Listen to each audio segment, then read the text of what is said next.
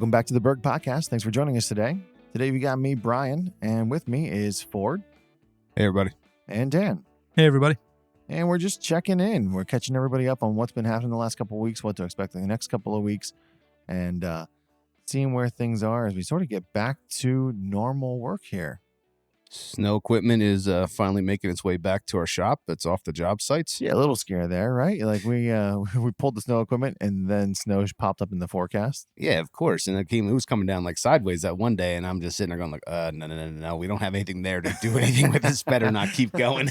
Yeah, we made the reference earlier, but Brad called me and he said, "Hey, you see this forecast?" I said, "Brad, it's like that new Disney movie. We don't talk about Bruno." I was like, "We're not talking about this." We're just gonna pretend it's not there. It's not happening. Yeah. And then we plenty of salt, right? That's what I was going to say. Brad said we're going to have to move the equipment back. I said that's incorrect. We're going to have to use a lot of salt because I'm not moving any equipment back. I texted one of the other guys that I know, and he's like, "What'd you do?" I was like, "I didn't call any clients, and I was just hoping that they didn't call me." Yeah. It felt like winter was over, and then winter sort of reared its ugly head one more time. Hopefully, last time. Fingers crossed. Well, this is that time of year when like the weather's up and down. You know, like one day you wear a short sleeve shirt, the next day you have like 2-3 coats on. It's just like you can't get adjusted to it. You know, the grass is turning green, but then the next day it's like 18 degrees, and you go out and your car doesn't want to start. It's just that's how it is. Yeah, like Monday or Tuesday, I felt like I needed to mow my lawn, but it was real feel 11 degrees. So. Yeah, I think that's the point of this time of the year, right? It's just kind of like ebb and flow, lots of moisture, and just trying to dance around Mother Nature as we try and get up in full speed going forward.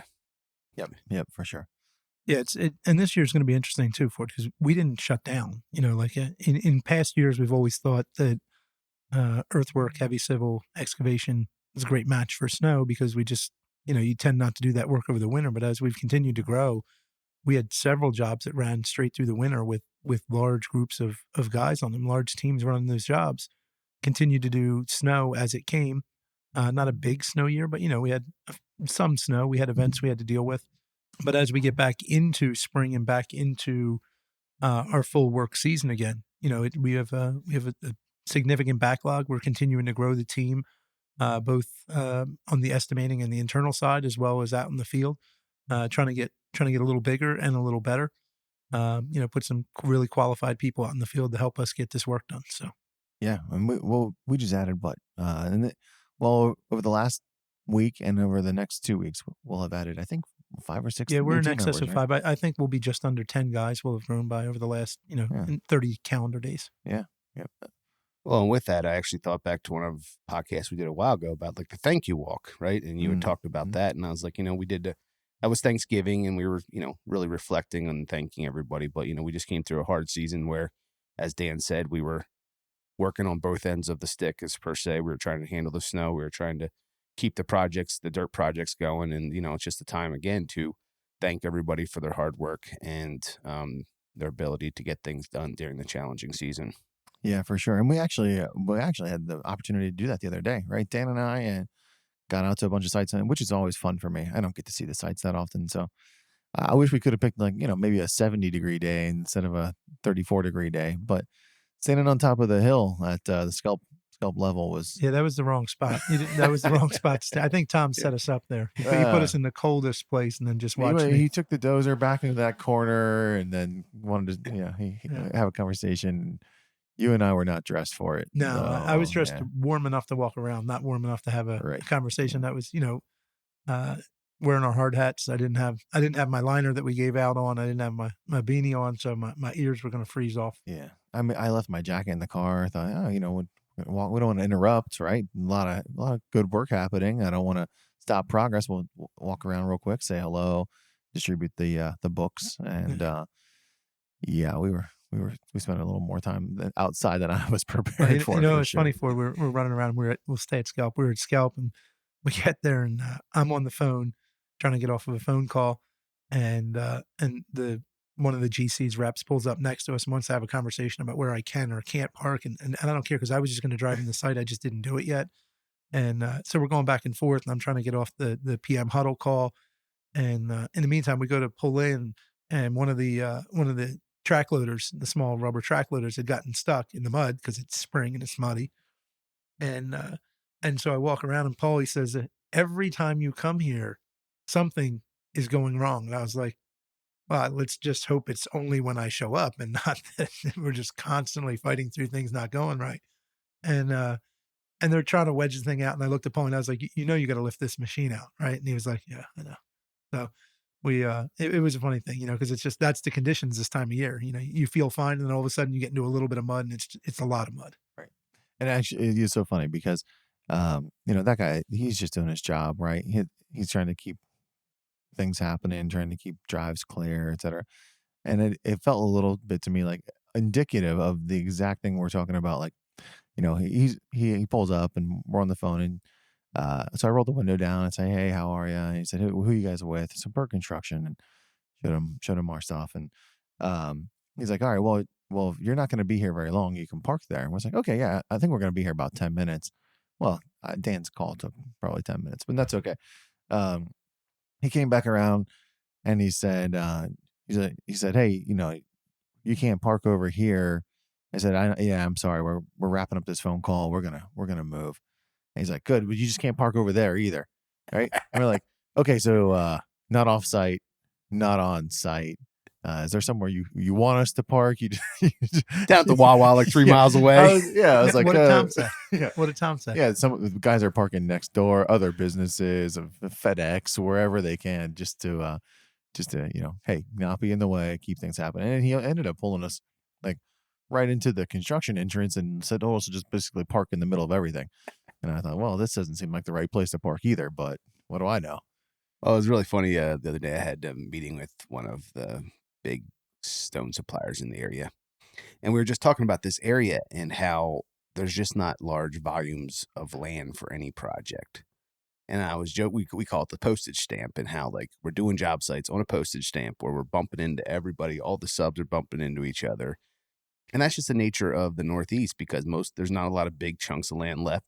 There's not a lot of big spaces left. So they're maximizing the space, which is good, because if they're having a space, you might as well use it to the full advantage of it. But it's just funny. I mean, I think about the one we did, JDA, like literally, I mean, it's not bigger than like most house lots.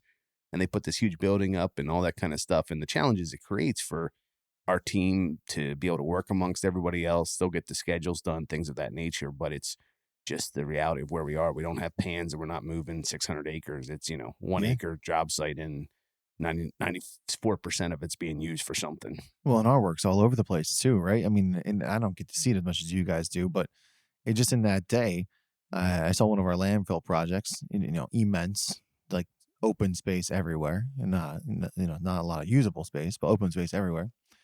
And a couple hours later, I went and saw Andrew Geezy working on a little commercial pad site. They're putting in some luxury condos, and like Geezy didn't even have enough room to turn a skid loader around. I'm like, like that, it's wild to see the vast difference. And you're right, like everyone's trying to use every square inch that they can.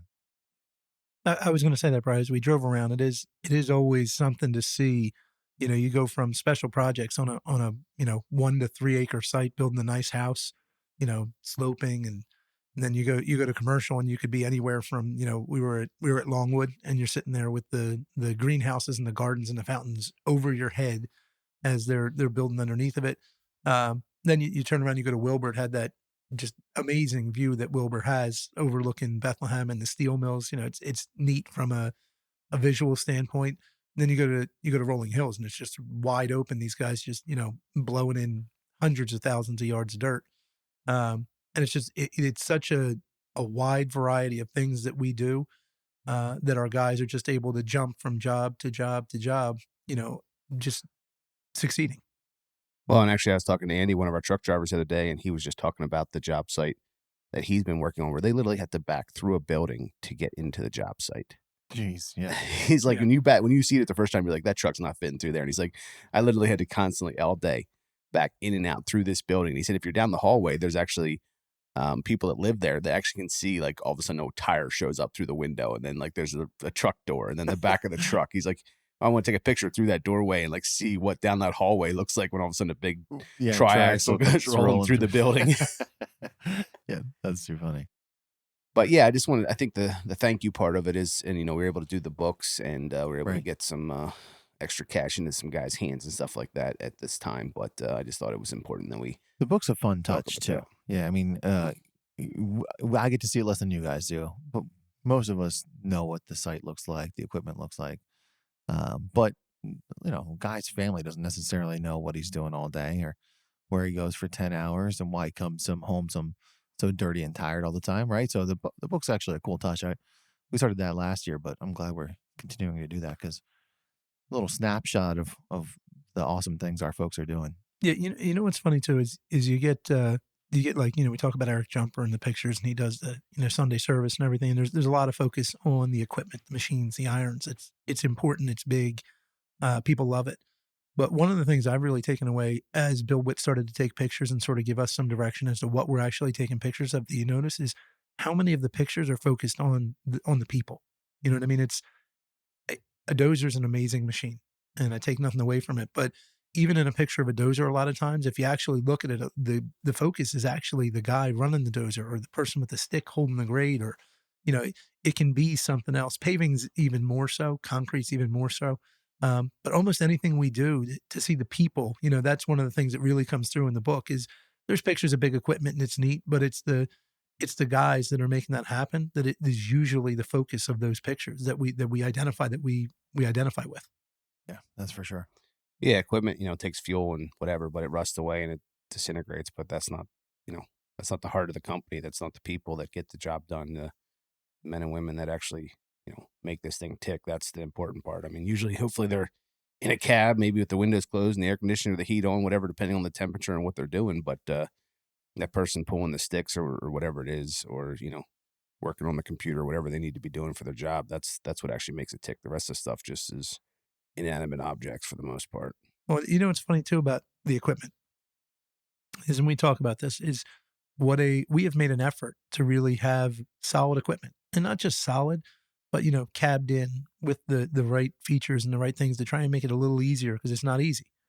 And as I drive around a lot of times, usually not when I'm at work, but rather when I'm out and about doing things with my family, and you see other sites. And every once in a while, I come across the site, and it used to be I would call Ford often or send him a picture of it. Now I just like laugh and say I should show Ford this, and I'm not going to call anybody out. We were around the site; it was down in Delaware, and man, they just had these like open cab, everything busted up. And these people were running. I mean, it was a Saturday or a Sunday, so they weren't running that day. But on Friday, or earlier in that week, or that Monday when it was freezing, when we were running around, those guys were working in that all day. And we have our open cab rollers, but for the most part, we really, it's really part of something that we tried to accommodate and accomplish, was to have the equipment be able to make it a little easier to do this work year round, whether it be 100 degrees or 12 degrees, that the equipment can facilitate it being a little more tolerable to do it, and make it a little bit more enjoyable to do what you do from a physical condition standpoint. Well, yeah, I mean, you're spending more time in that piece of equipment or in that whatever you're doing than you probably do anything else in that day.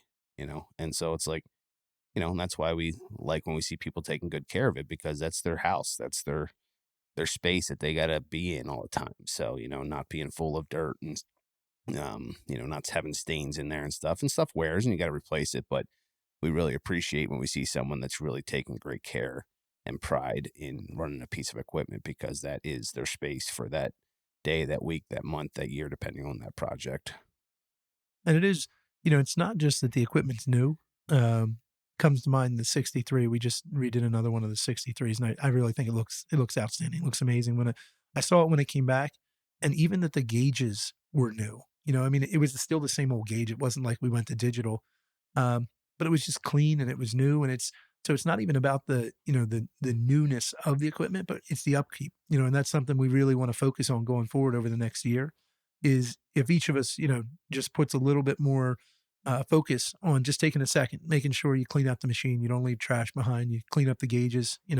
If you're running with the doors open and it gets dusty, just clean it up a little bit. Then it makes it so much better when you get in, and it's a nice clean machine. Because you're going to sit there a while. You're going to sit at that machine, like Ford said, likely longer than the guys on a regular basis probably sit in their machine longer than Kelsey might sit at her desk. You know what I mean? Because Kelsey, even if she works the same amount of hours, Kelsey's going to get up. She's going to come talk to us. She's going to walk around.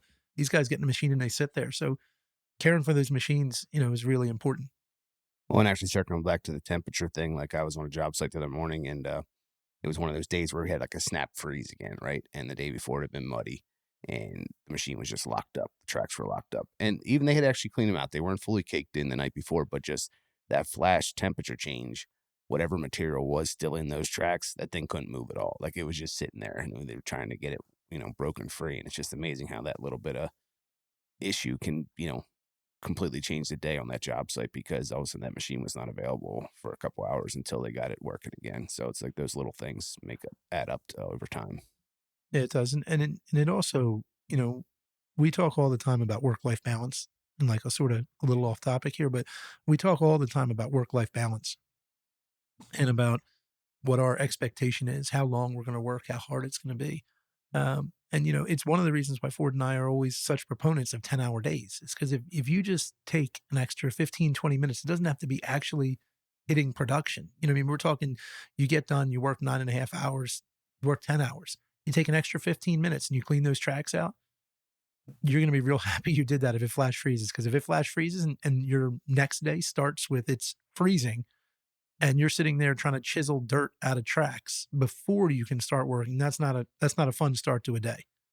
So it's one of those things where we really always try and stress is let's work and get the work done when we're there to reduce the amount of times we have to come back, because coming back's never fun.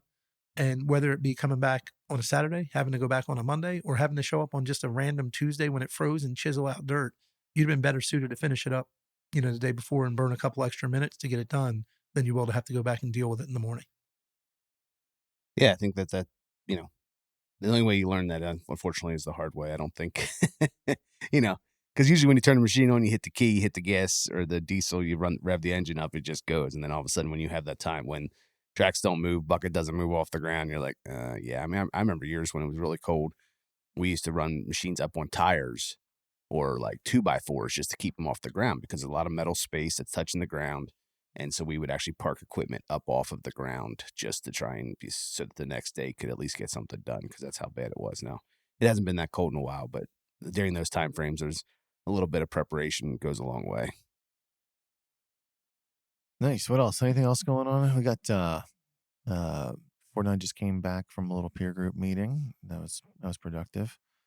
Dan, I think you and Ford about to leave for another one here, Yeah, right? so we're going to go down, meet up with Bill Whit and with some of the partners and see try and get a gauge for how everybody else is doing. Seeing if there's anything out there that we're not thinking of that we could do a little better. And then I'm going to go out from there. I have my peer group out in San Diego, and Brad's meeting me out there. And we're going to go over some stuff. We put together a lot of data. Brian and Decker and a few other people really helped me to get a lot of data together that I'm going to bring over there and really try to do a little bit of a deep dive and figure out, where we can get a little better, maybe tracking stuff in the office, providing a little bit better cost to the estimators so that they can put better numbers together. Because at the end of the day, that's it. We want to put a really solid estimate together for the team to be able to work from. And so a lot of the focus on the peer groups I'm in is getting the data built into the system to allow the estimators to really hone in on what we do and be confident it's right. We often talk about it. Right now, like, we don't want to get too much into the financials, but right now, people have heard probably about the inverted, yield curve and everything else. Maybe they've heard about it, maybe they haven't. There's this fear of recession. There's all these things out there, and it's something that Ford is brought up regularly, which is we need to know our costs, because if we know where our costs are, it makes it a lot easier to say, okay, we're going to go in a little skinny on this job. We want this job, either because of backlog or because of the job. It could just be, it's a really nice project that we'd like to put our name on. But if you don't know and you're guessing, it makes it risky. It makes it stressful for the estimators. And then when, you hand it over to a project manager and a superintendent and they know like he's got a good feel or he doesn't have a great feel on it, that's how you start that job. So really, that's a big focus of the peer groups that I try and involve myself in is working on getting our data to be where it is that I can confidently say to you guys as a management team, this is what our equipment costs to run. This is our costs. And so, that's a big focus. So yeah, I'm excited to go out there and meet with some people and talk about that and, see what Billwood has to say and what the future for our industry looks like. Well, I have to warn you, I mean, I went away for a couple days and came back, and like you guys have brought in my friend to tell stories about my high school. So Dan and Brad, just giving you a fair warning, we might be finding some people to kind of give some funny stories about the old days too. Just FYI. Well, you go ahead and give it a shot. I mean, you're gonna have to go to Jersey. You're gonna have to cross a bridge to get me in too much trouble, I think. I'm just gonna call your brother Mike and make him come in. That could get me in significant trouble. Yeah. All right. Yeah, Tracy was it Tracy or I forget who it was. Somebody said to me, "What what we could do next?" I think it was Trace before she went away. She said, "No, what we could do next is we could do the same thing we just did. You did to Ford, but do it to you and Brian." And I was like, "What? We don't need to do that to me and Brian. That's wasn't." The people didn't ask about the Brian and Dan story. They asked about the Ford origin story. Yeah, this is Berg Construction Ford Berg origin story. Origin story, part one. You saw it was listed as part one. I feel like it's going to be a series. There's clearly at least a part 2, maybe a part 3. We left the door open for some additional. We did. We might even need a prequel. You never know. Maybe, yeah. Because people have asked about the Tom Berg, Tom and Carol story. So I mean, you could get back. I could facilitate that maybe. We can no more vacations for me for the rest of my life, I guess. We can schedule this out. It might be like Star Wars. We might do like 3 episodes and go back a couple years and flash forward a few years. No, I said we get Tamara in here. Yeah. Get a Tamara podcast, talk about Ford. I love it. And we're not, we're only like 10 years from Savannah being able to tell some stories. That's a good point. Savannah stories. Okay. All right. Mm-hmm. I see it now. We're in good shape. Podcasting for 10 more years. All right. I think that wraps it up. That's a good place to finish. Thanks for joining us today, folks. Have a good one.